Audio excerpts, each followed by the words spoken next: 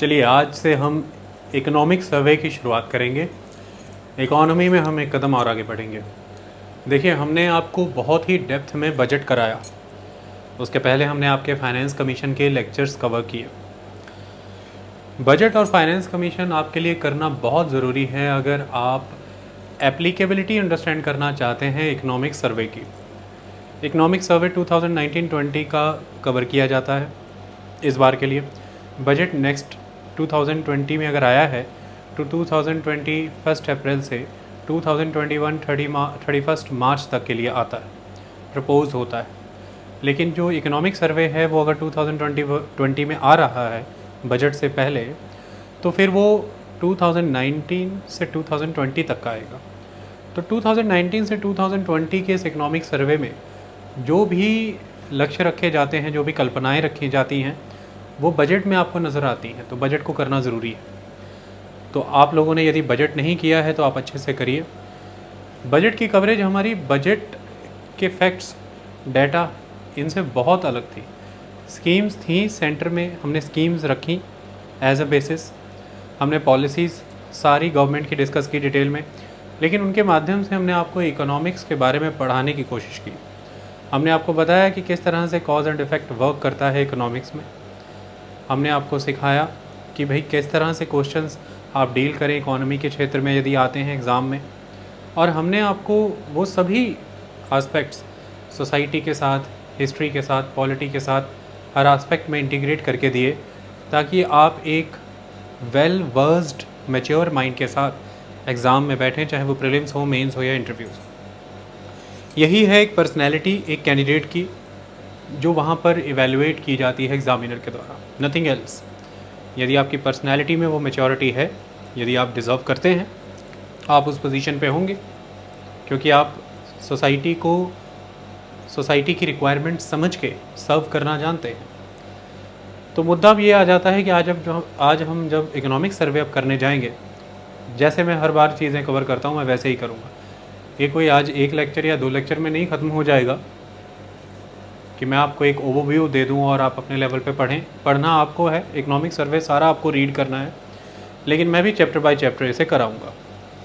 इसका उद्देश्य बहुत बड़ा रहेगा, जैसा कि रहना भी चाहिए। आपको कई सारे कंसेप्ट्स, कई फिनोमेना समझ आएंगे इसके माध्यम से। डाटा, स्टैटिस्टिक्स मैं यूज़ करूँगा मेरी खुद की बेटर अंडरस्टैंडिंग के लिए और आपको बेस्ट वे में चीज़ें कन्वे करने के लिए। तो आप भी जब रीड करें तो डाटा, स्टैटिस्टिक्स को इसी वे में यूटिलाइज़ करें कि आपको एक बेटर अंडरस्टैंडिंग हो चीज़ों की, आपको ट्रेंड्स बहुत अच्छी तरह से ऑब्जर्व हो। और मैं भी एक कंपैरेटिव एनालिसिस के लिए year on year, country with country, governments with government, उस डाटा, फैक्ट, स्टैटिस्टिक्स का अपनी बेटर अंडरस्टैंडिंग के लिए यूज़ करूँगा। मैं बोर्ड पे ज़्यादा डाटा, ज़्यादा फैक्ट, ज़्यादा स्टैटिस्टिक्स नहीं लिखूँगा। कंसेप्ट्स बहुत इंपॉर्टेंट रहेंगे, उन पर बहुत डिटेल में डिस्कशन होगी। ये एक इम्पॉर्टेंट चीज़ है। चाहे आप प्रीलिम्स के लिए इस बार अपीयर होंगे, चाहे आप आगे मेंस में अपीयर होने वाले हैं, चाहे आप इंटरव्यूज़ देंगे, चाहे आप फिर नेक्स्ट ईयर का ही प्रीलिम्स ले लें। मान लीजिए नेक्स्ट ईयर नया इकोनॉमिक सर्वे आता है, तो भी ये इकोनॉमिक सर्वे की उतनी ही यूटिलिटी रहेगी जितनी आज। क्योंकि जो इसमें आपकी कंसेप्ट बिल्डिंग हो जाएगी, जो आप रिलेशन समझ जाएंगे डिफरेंट फोर्सेस ऑफ इकोनॉमी के बीच में, वो आपके सारी उम्र के लिए इस्तेमाल में आएंगे। क्योंकि ऐसा भी हो सकता है कि इस बार का इकोनॉमिक सर्वे करने के बाद आपका सिलेक्शन हो जाए और आप ऑफिसर बन जाएं। तो ऑफिसर आप बन रहे हैं, इसका मतलब आपको हर कंसेप्ट अच्छे से समझ आ चुका है और आप आगे बढ़ करके आप उसे प्रैक्टिकली ग्राउंड लेवल पे सर्व करने वाले। तो मुद्दा ये है कि एक बार यदि कंसेप्ट आपको समझ आ जाते हैं तो नए फैक्ट, नए डाटा, नए स्टैटिस्टिक्स आते हैं, आपको उन्हें देखना है, ऑब्जर्व करना है, और आपकी सारी की सारी बुनियाद जो है वो कंटेम्प्रेरी एस्पेक्ट के साथ एकदम फ्रेश हो जाती है। तो इसी तरह से हम इसको भी कवर करेंगे। तो हर कैंडिडेट के लिए ये बहुत ज़रूरी है, चाहे वो एग्ज़ाम के किसी भी चरण में है, वो कहाँ पर भी खड़ा है, किसी भी स्टेप पे है, वो प्रीलिम्स में है, मेंस में है, इंटरव्यूज़ या नेक्स्ट ईयर की तरफ जाने वाला है, एक इम्पॉर्टेंट एस्पेक्ट है। अक्टूबर में प्रीलिम्स होगा 2020 का, 4 अक्टूबर, और यकीनन हम उससे पहले से ख़त्म करेंगे यदि सब ठीक रहा। ये एक इम्पॉर्टेंट चीज़ है। तो चलिए शुरुआत करते हैं इकोनॉमिक सर्वे की, उसी तरह से जिस तरह से हम हर बार लेक्चर कवर करते हैं। ये बहुत कॉम्प्रिहेंसिव रहेगा, इस बात का आप ख्याल रखिएगा। करंट अफेयर के मैक्सिमम एस्पेक्ट इसमें कवर हो जाएंगे गवर्नमेंट की पॉलिसी से रिलेटेड, जैसे हमने बजट और फाइनेंस कमीशन में किए थे। तो मैं फिर से रिक्वेस्ट करता हूँ कि बजट और फाइनेंस कमीशन एक बार कर लें कवर, अगर आपको इकोनॉमिक सर्वे बेहतर वे में समझना है, अंडरस्टैंड करना है। ये इंपॉर्टेंट एस्पेक्ट है। देखिए इकोनॉमिक सर्वे 2019-20 जो आज हमारा डिस्कशन का मुद्दा है, कौन लेकर के आता है इसे, कौन प्रिपेयर करता है इसे? तो ministry of finance, obvious. Ministry of finance के अंदर डिपार्टमेंट ऑफ इकोनॉमिक अफेयर्स, इनके द्वारा ये इकोनॉमिक सर्वे बनाया जाता है। बहुत से इनपुट्स होते हैं, Indian economic services, revenue services, बहुत सारे इसके अंदर इनपुट्स प्रोवाइड किए जाते हैं बड़े सारे डिफरेंट एरिया से, जनता से, एकेडमिशियन से, थिंक टैंक से, बहुत सारे एस्पेक्ट से। बहुत सारा लिटरेचर का इसमें यूज़ होता है, इस बार के इकोनॉमिक सर्वे में भी यूज़ हुआ। ध्यान इस बात का रखना है कि मिनिस्ट्री ऑफ फाइनेंस में डिपार्टमेंट ऑफ इकोनॉमिक अफेयर के द्वारा ये तैयार किया जाता है। कृष्णमूर्ति वी सुब्रमण्यन, KV सुब्रमण्यन हमारे चीफ इकोनॉमिक एडवाइज़र हैं, उनके द्वारा ही इसे इकोनॉमिक सर्वे को प्रेजेंट किया गया। इसके ऊपर इंडोर्समेंट स्पीच जो है उन्होंने प्रेजेंट की और बताया कि इसमें क्या है। इकोनॉमिक सर्वे को जब आप पढ़ रहे हैं तो मैंने ऊपर टाइटल दिया है प्रीफेस एंड चैप्टर 1, और चैप्टर 1 का नेम है wealth creation, the invisible hand supported by the hand of trust.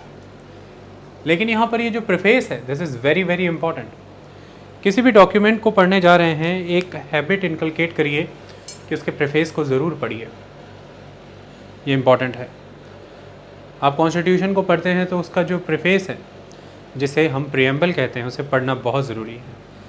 उससे ये पता लगता है कि जो प्रीएम्बल है वो एक तरह से जो ऑब्जेक्टिव रेजोल्यूशन जवाहरलाल नेहरू ने 13 दिसंबर 1946 को प्रेजेंट किया था उस समय कॉन्स्टिट्यूएंट असेंबली में, जिसमें ऑब्जेक्टिव थे कि हम जो कॉन्स्टिट्यूशन आगे बनाने जा रहे हैं उसमें हम किन किन चीज़ों की पालना करेंगे, क्या दिशा होगी उस कॉन्स्टिट्यूशन की, और किन किन सिद्धांतों पर वो खड़ा रहेगा, और कॉन्स्टिट्यूएंट असेंबली किस तरह से फंक्शन करेगी। तो हमारे सामने ऑब्जेक्टिव्स होने बहुत ज़रूरी है, हम अगर किसी चीज़ पर कार्य करने जा रहे हैं। इसी तरह से वो ऑब्जेक्टिव रेजोल्यूशन है, वो एक तरह से प्रीएम्बल बन करके उभरा। और आज जब हम कॉन्स्टिट्यूशन को इंटरप्रेट करते हैं, कॉन्स्टिट्यूशन को समझते हैं, उसमें दिए प्रोविजंस को अंडरस्टैंड करते हैं, तो जो कॉन्स्टिट्यूशन की प्रकृति है, जो उसका नेचर है, कैरेक्टर है, वो डिटर्मिन होता है उसके प्रीएम्बल से। तो आप प्रीएम्बल के साथ जोड़ करके जब कॉन्स्टिट्यूशन को देखते हैं तो आपको ये आइडिया हो जाता है कि कॉन्स्टिट्यूशन में गिवन इस प्रोविज़न का क्या पर्पज़ है, ये किस तरफ से बोल रहा है। तो किसी चीज़ की दिशा समझनी है, यदि उसका उद्देश्य समझना है, तो हमें उस आत्मा को समझना होगा, उन सिद्धांतों को समझना होगा जिस पर आधारित वो चीज़ बनाई गई है।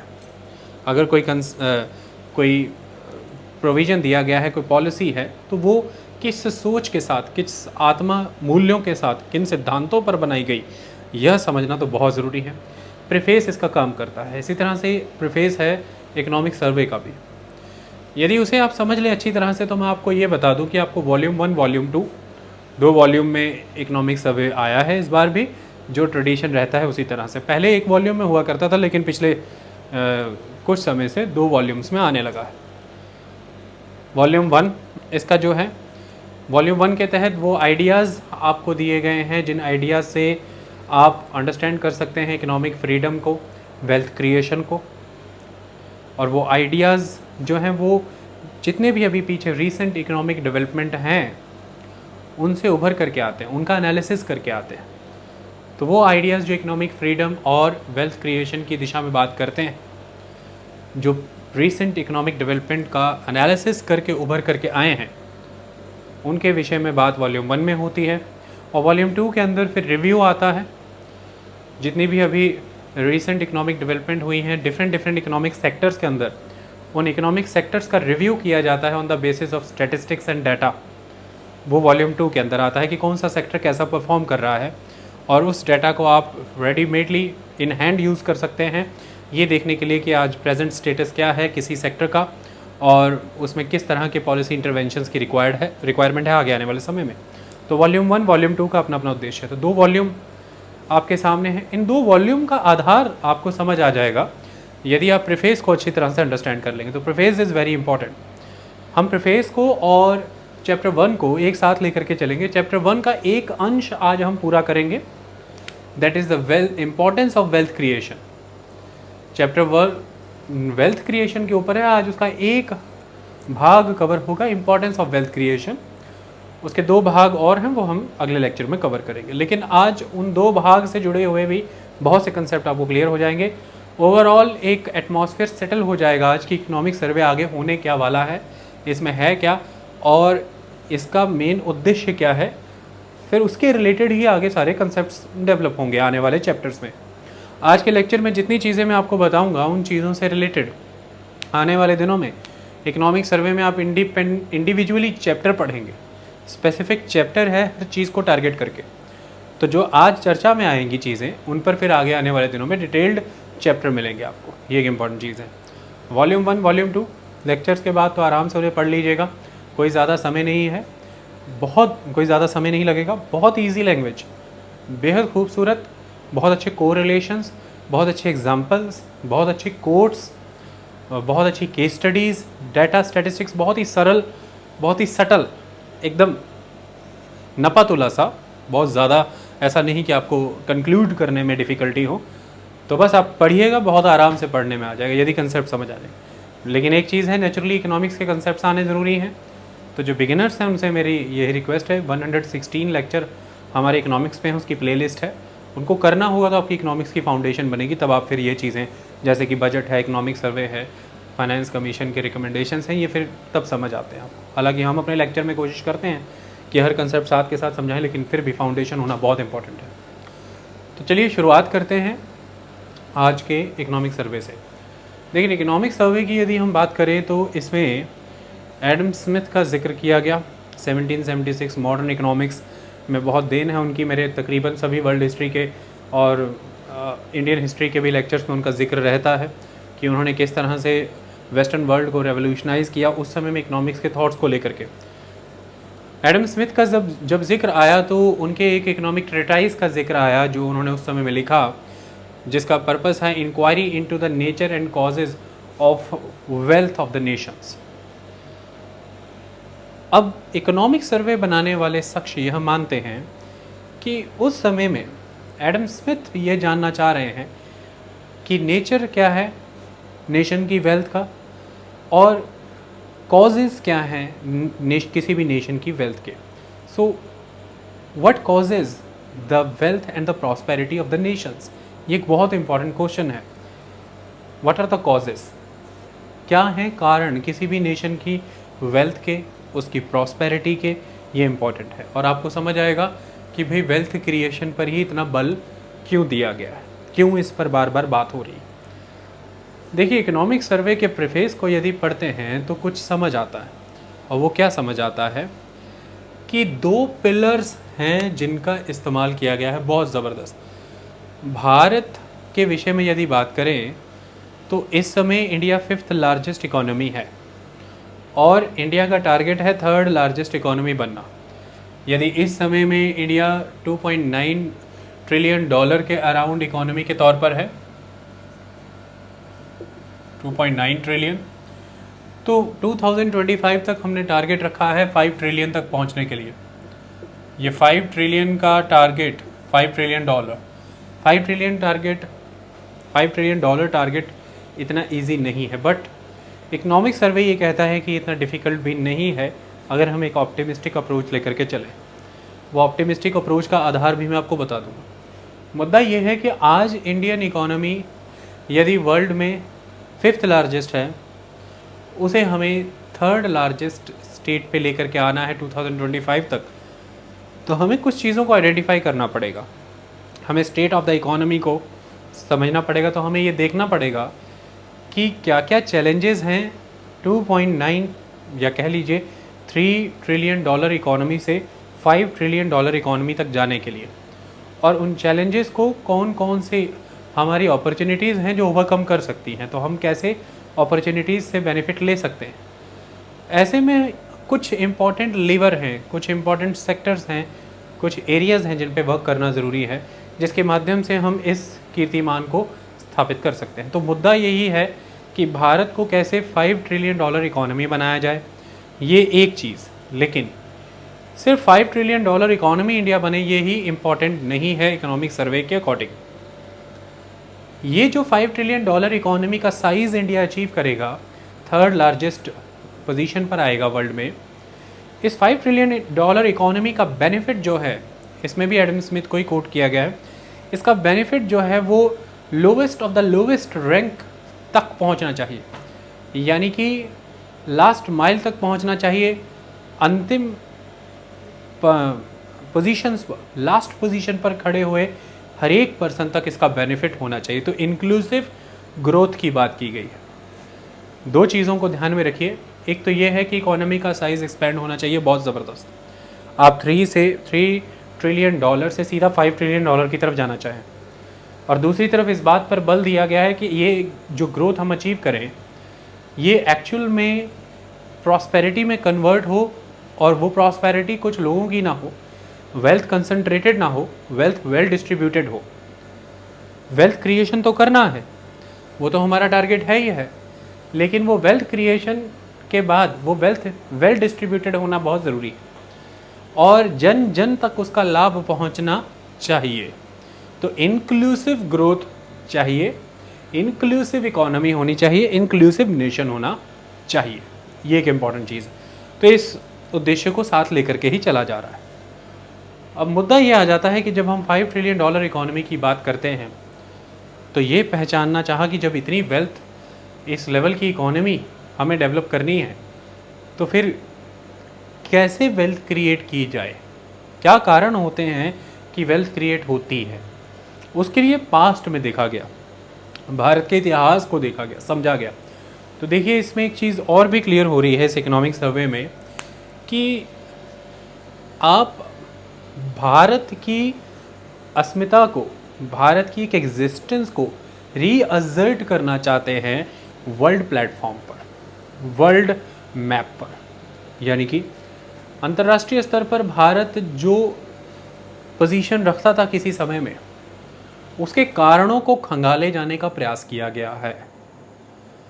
तो इससे एक संदेश ये भी मिलता है कि ड्यूरिंग कॉलोनियलिज्म जो भी कंपल्शंस क्रिएट हुई, कभी कैपिटलिस्ट और फिर उससे बचने के लिए कभी सोशलिस्ट, क्या ये जो ऑर्डर सेटल किया है वर्ल्ड इकोनॉमी का इस कॉलोनियल फेज़ ने after the European renaissance around 16th, 17th, 18th and 19th century, तो इन 300 से 400 सालों के दौरान जो इंटरनेशनल लेवल पर एक वर्ल्ड इकोनॉमिक ऑर्डर सेटल हुआ, उसकी वजह से जो इकोनॉमी की ड्राइविंग फोर्सेस बनी हैं, क्या इनसे पहले भी कुछ देखा जा सकता है, समझा जा सकता है भारत के इतिहास में?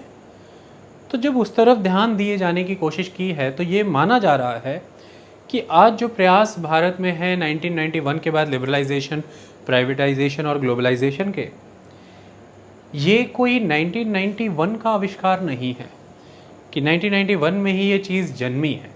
तो ऐसा माना जा रहा है कि भारत ने वापस अपनी उन पॉलिसीज़ को जिन्हें भारत एंशियंट ट्रेडिशंस में प्रैक्टिस किया करता था, उन्हीं पॉलिसीज़ को वापस से रीइंस्टॉल किया 1991 में। तो जब आप एक प्रैक्टिस पहले फॉलो कर रहे हैं मार्केट फोर्सेस पे रिलाय करने की, बीच में एक फेज़ आया, ऐसा माना गया है, इकोनॉमिक सर्वे कहता है कि कुछ समय के लिए सोशलिज्म की तरफ हम गए और वापस से 1991 के बाद हम मार्केट फोर्सेस की तरफ ही आए हैं वेल्थ क्रिएशन के लिए। तो भारत शुरू से ही वेल्थ क्रिएटर रहा है, ऐसा इकोनॉमिक सर्वे मानता है। तो भारतीय पास्ट पे ज़्यादा रिलाय किया जा रहा है, एंशिएंट ट्रेडिशनल कॉन्टेक्स्ट को यहाँ पर कोट बहुत किया जा रहा है। कौटिल्य के अर्थशास्त्र का यहाँ पर जिक्र आया है बार बार कि उसमें भी एथिकल वे में वेल्थ क्रिएशन को एक नोबल ह्यूमन परस्यूट बताया गया है। ठीक इसी तरह से यहाँ पर एक बहुत इम्पॉर्टेंट तमिलियन सेंट है थिरुवल्लुवर, उनके लिखे हुए एक इम्पॉर्टेंट इकोनॉमिक ट्रीटाइज को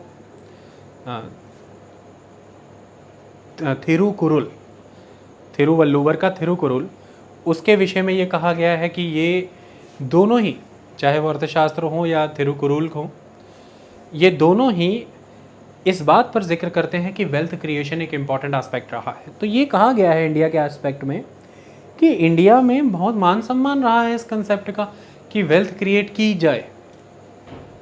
इंडिया हमेशा से वेल्थ क्रिएट करने वाली कंट्री के तौर पर जाना जाता है, लेकिन एक माहौल ऐसा बना ड्यूरिंग द इंडिपेंडेंस, इंडिया ने सोशलिज्म का एक फ़ेज़ फॉलो किया और इंडिया का ये जो सोशलिज्म के साथ एक्सपेरिमेंट हुआ समाजवाद के साथ, इसकी वजह से एक सस्पिशन, एक डिसरिस्पेक्ट क्रिएट हुई towards the market forces, towards the market capitalism, towards the invisible hand. यहाँ पर उसे ही इनविजिबल हैंड कहा गया है।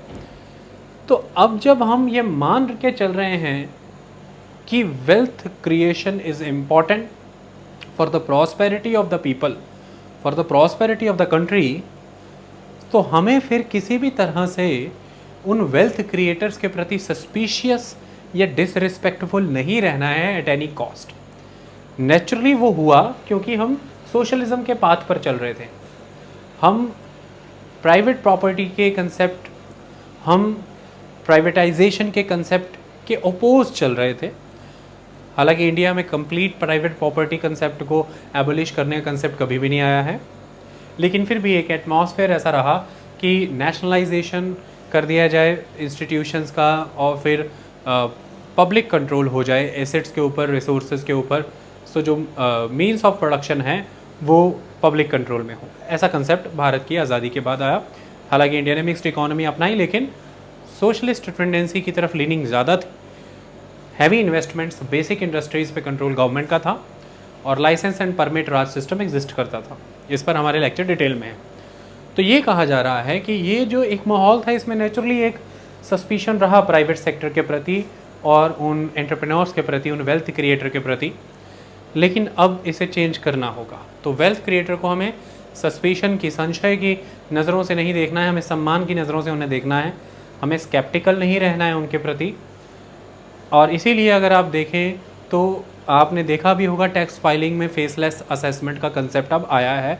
मैंने बजट में बता दिया था, बजट में इसका प्रपोजल था कि फेसलेस असेसमेंट की जाएगी, सम्मान दिया जाएगा उन वेल्थ क्रिएटर को। To respect the wealth creator there is a concept of faceless assessment, कि आपको किसी तरह की हरासमेंट नहीं होगी और अगर आप जेन्युइन टैक्स पेयर हैं तो आपके लिए कोई हरासमेंट का कोई पर्पज़ नहीं बनता है। इसे ट्रस्ट बिल्डिंग से भी जोड़ करके देखा जा रहा है। ट्रस्ट का क्या रूल है वो भी मैं आपको समझाऊंगा। तो ये एक इम्पॉर्टेंट चीज़ है। तो मुद्दा यहाँ पर आकर के खड़ा होता है $5 ट्रिलियन इकोनॉमी, फर्स्ट एस्पेक्ट। तो $5 ट्रिलियन इकोनॉमी का मतलब है कि हम उस लेवल पर जीडीपी को लेकर के जाना चाहते हैं, ग्रॉस डोमेस्टिक प्रोडक्ट को। मतलब हमें इस लेवल की वेल्थ क्रिएट करनी पड़ेगी कंट्री के लेवल पर, और उसके लिए we need wealth creator. If you want to create wealth, we need wealth creator. और ये वेल्थ किस तरह से क्रिएट होगी इसे समझना बहुत ज़रूरी है कि ये कौन करेगा। तो इसमें ये कहा गया है कि ये काम invisible hand, the invisible hand of the markets, invisible hand of market. तो इनविजिबल हैंड का यहाँ पर मतलब है मार्केट फोर्सेस से।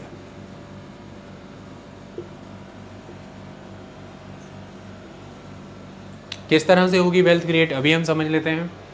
और यहाँ पर है supported by the hand of trust. तो second pillar is hand of trust. So the first pillar is invisible hand of market and the second pillar is hand of trust. Market forces ही काम करेंगी। जब market forces का concept आ जाता है तो इकोनॉमी के बहुत से लेक्चर में मैंने ये बहुत खूबसूरती से हर बार पढ़ाया है, लेकिन आज के लेक्चर की मर्यादा के अकॉर्डिंग इसे हम समझते हैं फिर से एक बार। तो यहाँ पर मार्केट फोर्सेस का मतलब बाज़ार का नियम, बाज़ार का अपना एक नियम है, और वो क्या है, मांग और उसकी आपूर्ति। तो डिमांड एंड सप्लाई। देखिए एक बात का ख्याल रखिएगा, हम यहाँ पर एक एकेडमिक सब्जेक्ट के तौर पर इकोनॉमी को नहीं देखेंगे कि मैं यहाँ पर आपको डिमांड सप्लाई कर्व बना करके दिखाऊं। बनाई जा सकती हैं, बहुत इजी है, बट आपको कंसेप्चुलाइजेशन ज़्यादा स्ट्रांगली करना है तो आप उस पर ध्यान दीजिए। तो डिमांड एंड सप्लाई का कंसेप्ट है यहाँ पर। अब डिमांड एंड सप्लाई के कंसेप्ट के अकॉर्डिंग एक सिंपल कंसेप्ट यहाँ पर लेकर के चलते हैं, बहुत ही सिंपल कंसेप्ट। सपोज़ करिए यहाँ पर हम उदाहरण आइसक्रीम का ले लेते हैं, या कोई भी आप चाय का उदाहरण ले लीजिए, टी का उदाहरण ले लीजिए, आइसक्रीम का उदाहरण ले लीजिए, कुछ भी। मान लीजिए उदाहरण आइसक्रीम का हम ले लेते हैं, सपोज़ करिए। तो यहाँ पर अगर आइसक्रीम का उदाहरण लेते हैं तो मान लीजिए यहाँ पर 5 आइसक्रीम की डिमांड है, तो 5 आइसक्रीम की डिमांड है। क्लियर? अब 5 आइसक्रीम की डिमांड है, तो सपोज़ कीजिए कि आइसक्रीम जो है वो सिर्फ एक है, तो ओनली 1 आइसक्रीम। अब नेचुरली के इस एक आइसक्रीम के लिए 5 लोग यहाँ पर compete करेंगे, 5 लोग यहाँ पर compete करेंगे। अब जब 5 लोग एक चीज़ के लिए compete कर रहे हैं तो नेचुरली जो बेहतर कीमत दे देगा वो इस आइसक्रीम को ले जाएगा, जो बेहतर कीमत दे देगा वो इस आइसक्रीम को ले जाएगा। तो इसकी वजह से जो आइसक्रीम की कीमत है वो बढ़ी हुई नज़र आएगी, महंगी होगी, इसे हम कहते हैं इन्फ्लेशन, वो महंगी होगी। अब जब अदर पीपल भी देखेंगे कि भाई मैं आइसक्रीम महंगी है, तो क्यों ना हम भी आइसक्रीम मैन्युफैक्चरिंग में आ जाएं और आइसक्रीम बनाना शुरू कर दें। तो सप्लाई आइसक्रीम की बढ़ेगी, सप्लाई में आएगी आइसक्रीम जब यू हैव डिमांड। जब आपने डिमांड क्रिएट की तब आइसक्रीम आना शुरू हुई, सप्लाई। तो यहाँ पर मान लीजिए आइसक्रीम एक की बजाय अब 3 हो गई है और 5 कंज्यूमर हैं, 3 आइसक्रीम है। नेचुरली पहले के मुकाबले अब कीमत घट जाएगी आइसक्रीम की, क्योंकि अब 3 लोग एटलीस्ट ले पाएंगे।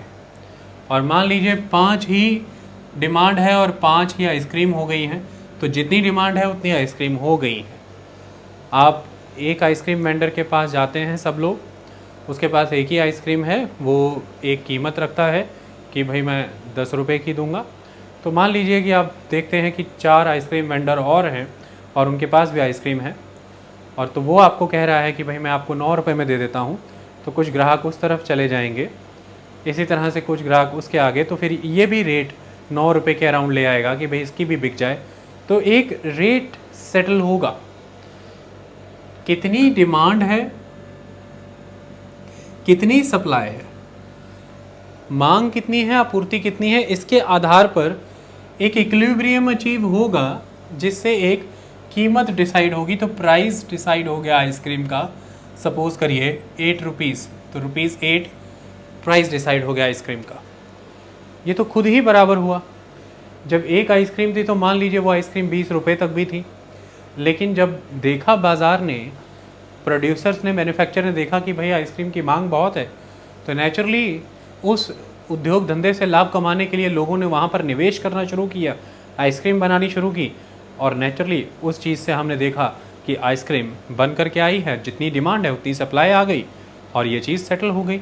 अब इसी वजह से कई बार ये होता है कि आप डिमांड को ध्यान में रख करके कि इस चीज़ की अभी भी डिमांड है और आप ऐसे ट्रेंड ऑब्जर्व करते हैं कि इसके आगे आने वाले समय में डिमांड होगी, तो आप ज़्यादा वेंडर आइसक्रीम की फील्ड में आ गए और ज़्यादा आइसक्रीम बन गई, तो सप्लाई बढ़ गई, सप्लाई बढ़ गई। लेकिन आइसक्रीम की एक कंसिस्टेंट कीमत देखते हुए, 8 रुपये 9 रुपये देखते हुए, कंज्यूमर ने देखा कि अब आइसक्रीम महंगी हो गई है, ये ठीक कीमत पे नहीं मिलती।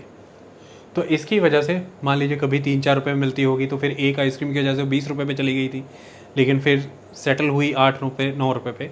कंज्यूमर ने देखा कि नहीं, 4-5 रुपये के मुकाबले तो ये बहुत ज़्यादा हो गई, तो उन्होंने मान लीजिए एक तरफ से मांग घटा दी और एक तरफ से सप्लाई बढ़ गई। तो फिर अब सप्लाई ज़्यादा है, डिमांड कम है, तो फिर आइसक्रीम की कीमतें गिरेंगी, प्राइस सस्ते होंगे, वो चीप हो जाएंगी। पहले वो डियर हो गई थी, महंगी हो गई थी, अब वो चीप हो जाएंगी। तो यहाँ पर भी फिर अब इक्विलिब्रियम अचीव होना पड़ेगा। सप्लायर देखेंगे कि धंधे में नुकसान जा रहा है, जो हमारी लागत कीमत है, जो हमारी इनपुट कॉस्ट है, उस पर प्रॉफिट नहीं आ रहा है। एक पॉइंट पर तो इनपुट कॉस्ट भी आनी बंद हो जाएगी, फिर वो इस उद्योग धंधे को छोड़ देंगे, दुकान बंद कर देंगे, फैक्ट्री बंद कर देंगे, और फिर आइसक्रीम जो है वो बननी कम हो जाएगी। फिर आइसक्रीम की सप्लाई रिड्यूस हो जाएगी मार्केट में, तो फिर वो आ जाएगी डिमांड के बराबर, और फिर से एक इक्विलिब्रियम अचीव होकर के एक कीमत तय होगी। इस तरह से कोई भी इसमें हस्तक्षेप नहीं कर रहा, क्लियर कट एविडेंट है ये चीज़ कि डिमांड है और सप्लाई है, दोनों ही अपने लेवल पर एक इक्विलिब्रियम अचीव कर रहे हैं, जिसकी वजह से कीमत निर्धारित हो रही है। इसमें कोई अदर फोर्स इंटरवीन नहीं कर रही हैं। अगर हम माने तो पूरी तरह से ये डिमांड सप्लाई का कंसेप्ट है, ये बाज़ार का नियम। ये हो गई मार्केट फोर्सेस। सो ये इनविजिबल हैंड है मार्केट के। So market is working very good. लेकिन मान लीजिए कि यहाँ पर गवर्नमेंट किसी तरह की इंटरवेंशन कर देती है और उस इंटरवेंशन के माध्यम से दोनों ही चीज़ों में अंतर आ सकता है, डिमांड में अंतर आ सकता है और सप्लाई में अंतर आ सकता है। ये एक इम्पॉर्टेंट चीज़ है। सपोज़ कीजिए कि गवर्नमेंट इस चीज़ को ऑब्ज़र्व कर पा रही है। मान लीजिए कि गवर्नमेंट को ऐसा लग रहा है कि जो आइसक्रीम मैन्युफैक्चरर हैं, इन आइसक्रीम मैन्युफैक्चरर को मान लीजिए कि जिस समय में जब आइसक्रीम की कीमत बहुत ज़्यादा थी और उस समय में सरकार को ऐसा लगता है कि भाई ग्राहक को बहुत ज़्यादा नुकसान हो रहा है, आइसक्रीम की डिमांड है लेकिन आइसक्रीम हो नहीं पा रही है। उस समय में मान लीजिए कि वो जो एक सिंगल आइसक्रीम मैन्युफैक्चरर था, गवर्नमेंट किसी तरह से वहाँ पर इंटरवीन करती है और उस आइसक्रीम मैन्युफैक्चरर को ये कहती है कि भाई आपको ये आइसक्रीम 20 रुपये में नहीं बेचनी है, आपको इसे 10 रुपये में ही बेचना है। एट एनी कॉस्ट आपको इसे 10 रुपीज़ में ही बेचना है। अब वहाँ पर जब वो आइसक्रीम मैन्युफैक्चरर उसे 10 रुपये में बेच रहा है तो सही मायने में हो क्या रहा है कि जो नए प्लेयर उस आइसक्रीम फील्ड के पोटेंशियल को ऑब्जर्व करके उसमें आने वाले थे और लॉन्ग टर्म में एक इक्विलिब्रियम अचीव होने ही वाला था, ग्राहक को वो 10 रुपये की बजाय 8 रुपये पे 7 रुपये में मिलने वाली थी, गवर्नमेंट की इंटरवेंशन की वजह से वो नए प्लेयर वहाँ पर उस सेक्टर में आए नहीं। अब जब वो नए प्लेयर उस सेक्टर में आए नहीं तो नई इन्वेस्टमेंट नहीं आई। जब नई इन्वेस्टमेंट नहीं आई, नई कंपनियां, नई फैक्ट्रियां, नए उद्योग धंधे उस क्षेत्र में नहीं लगे। जब वो उद्योग धंधे उस क्षेत्र में नहीं लगे तो नई एम्प्लॉयमेंट क्रिएट नहीं हुई, रॉ मटेरियल की डिमांड आपने नहीं की। आपने जब रॉ मटेरियल की डिमांड ही नहीं की, जब आपने एम्प्लॉयमेंट जनरेट ही नहीं की तो उन लोगों को इनकम भी नहीं हुई, तो उन लोगों ने भी फर्दर डिमांड नहीं क्रिएट की। तो इस तरह से जब आपने एक पॉइंट पे इंटरवेंशन किया तो हो सकता है कि आप एक बिज़नेस, एक मल्टीप्लायर इफ़ेक्ट को डिमोरलाइज कर दें, हैम्पर कर दें ग्रोथ करने से। तो यहाँ पर ये कहा गया है कि जहाँ पर अननेसेसरी है इंटरवेंशन, वहाँ पर इंटरवेंशन करने की ज़रूरत नहीं है। और या दूसरी तरफ ये मान लीजिए कि गवर्नमेंट ये देख रही है कि लोगों को आइसक्रीम की बहुत लोग आइसक्रीम खा रहे हैं और 20 रुपये में वो आइसक्रीम मिल रही है, तो गवर्नमेंट लोगों को ये कहे कि भाई ठीक है, आपकी जेब से 10 रुपया जाएगा, 10 रुपया मैं अपनी तरफ से पे करूँगा, आप आइसक्रीम ले लीजिए। यहाँ पर भी एक तरह की अनड्यू इंटरवेंशन है। लोगों की मांग खुद ही वहाँ पर स्थिर हो जाने वाली थी जब आइसक्रीम की कीमत काफ़ी बढ़ जाती या एक लेवल पर लोगों की रीच से बाहर हो जाती, तो फिर आइसक्रीम वेंडर ऑटोमेटिकली उस कीमत को एक सही लेवल पर लेकर के आता और सरकार उस आइसक्रीम के ऊपर जो लोगों को सब्सिडी दे रही है, इससे सरकार के खजाने से भी पैसा फालतू खर्च नहीं होता और वो किसी और तरह के एसेट क्रिएशन में यूज़ हो सकता था। कोई भी ऐसी फील्ड में, चाहे कोई वो फर्टिलाइज़र प्लांट है, चाहे कोई वो डैम है, हाइड्रो पावर प्रोजेक्ट है, चाहे वो कोई non renewable energy resource project है, जिससे फर्दर लॉन्ग टर्म में गवर्नमेंट को ही बेनिफिट होता, क्योंकि कंट्री लेवल पर एम्प्लॉयमेंट क्रिएट होता, रिसोर्स जनरेशन होता, गवर्नमेंट का रेवेन्यू बढ़ता। तो गवर्नमेंट ने यहाँ पर भी मार्केट फोर्सेस को प्ले करने से रोका। तो मुद्दा ये आ जाता है कि यहाँ पर इकोनॉमिक सर्वे इस चीज़ को इमेजिन कर रहा है, प्रपोज कर रहा है कि किसी लेवल पर अगर अननेसेसरी है, अब अननेसेसरी वर्ड वो यहाँ पर यूज़ करेगा ही, उद्देश्य उसका यही है कि गवर्नमेंट इंटरवेंशन ना करे, लेकिन जहाँ पर रिक्वायर्ड है वहाँ पर गवर्नमेंट इंटरवेंशन करती हैं। जैसे कोविड-19 का केस आप ले लीजिए।